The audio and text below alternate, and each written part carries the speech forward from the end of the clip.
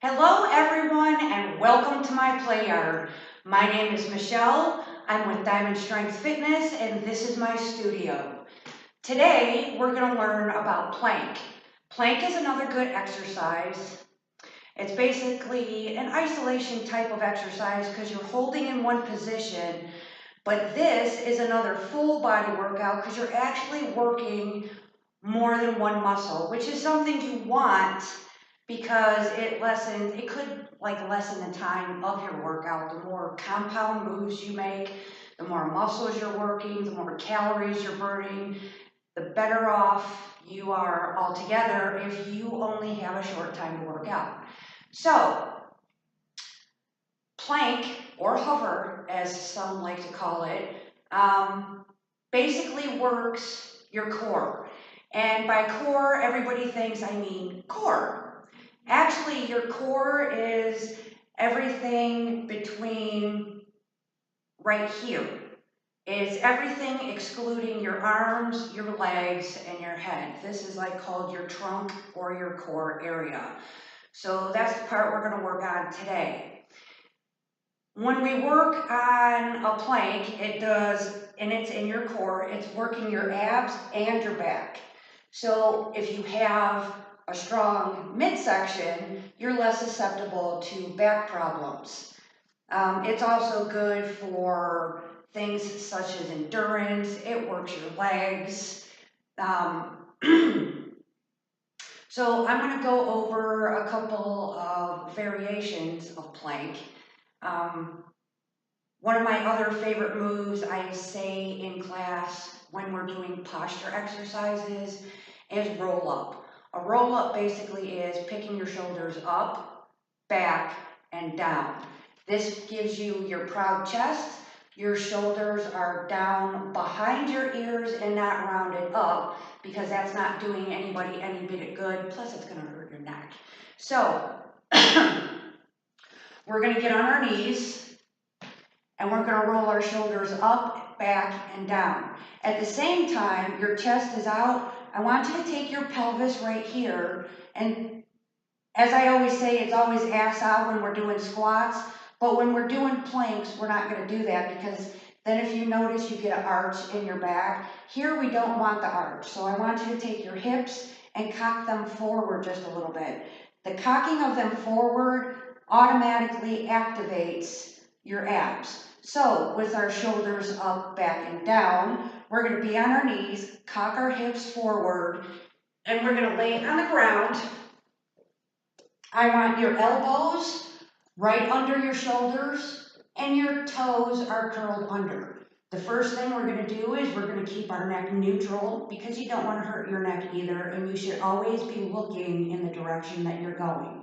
So we're going to brace our abs, tuck your hips under just a pinch, and come up. Your shoulders should be in line with your elbows. You should have a nice flat line. You shouldn't be dipping. That's going to hurt your back. And if your ass is up in the air, you may as well basically be doing yoga because that's a down dog.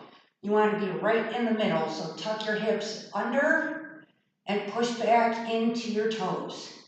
This right here is your basic plank. From here, you can do many things. If you keep your feet together, it makes it a little bit harder to stabilize. If you go hip width, you get a little bit more of leeway and stability the wider your feet are. You obviously don't want to be all the way out here. You want to be about hip width apart, which is roughly right here. From this position, if you would like to upgrade your plank, put your hands on the floor and we're going to do a full plank. Again, your neck stays into position. Your arms are right under your shoulders. You want a straight line there. And your hips are tucked in and your butt cheeks are squeezed.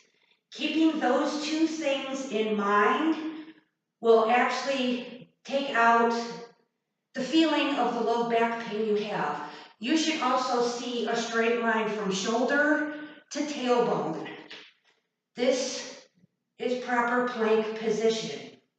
From here, you can also lower onto your knees. It's a bit of a regression, but you can inevitably, like everything else, work up to getting onto your toes. You can even make it an exercise with an up, up, down, down. There are many different variations you can do in plank, whether you do them on your elbows or you do them on your hands.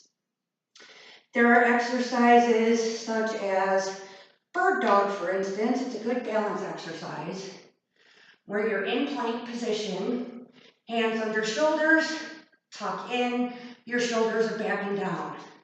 You can start by raising one arm. You can start by raising a leg. You can also try and do both. This is full bird dog. It's good for balance. You can do shoulder taps. When you do movements while you're in plank, the whole idea is that this part of you does not move. We're not wobbling side to side, because then you're not really giving yourself any bit of a benefit. So, watch carefully. While we're in plank and you're doing a shoulder touch, your stance can be wide to start with, and you're just touching shoulders. Notice there's not a part of my waist that moves. You can also do knee to elbow,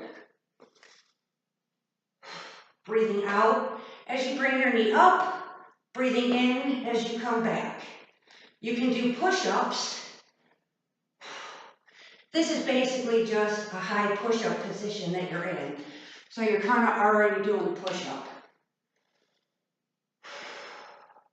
You can do renegade rows.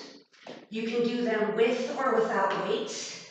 Again, butt squeezed, abs tucked, hands under shoulders. You can have a weight in your hand or no weight in your hand. Notice there is still no movement in my waist. It's staying directly still. So we'll get back to you at another time when I can show you how to do other plank moves.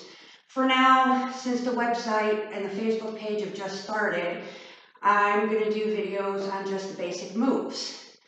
That way, as I get into showing you compound moves, you can refer back to videos and see how to do the basic move first and then add on from there. I look forward to seeing you soon. Come to my play yard. I'm at 5505 State Road in Parma, your all-female fitness studio. Come on down. No matter what your fitness level is, I can bring you up to a healthy fitness level or a healthier fitness level, or we could just hang out and have fun together because everybody's already strong. We're just getting diamond strong. Have a happy afternoon.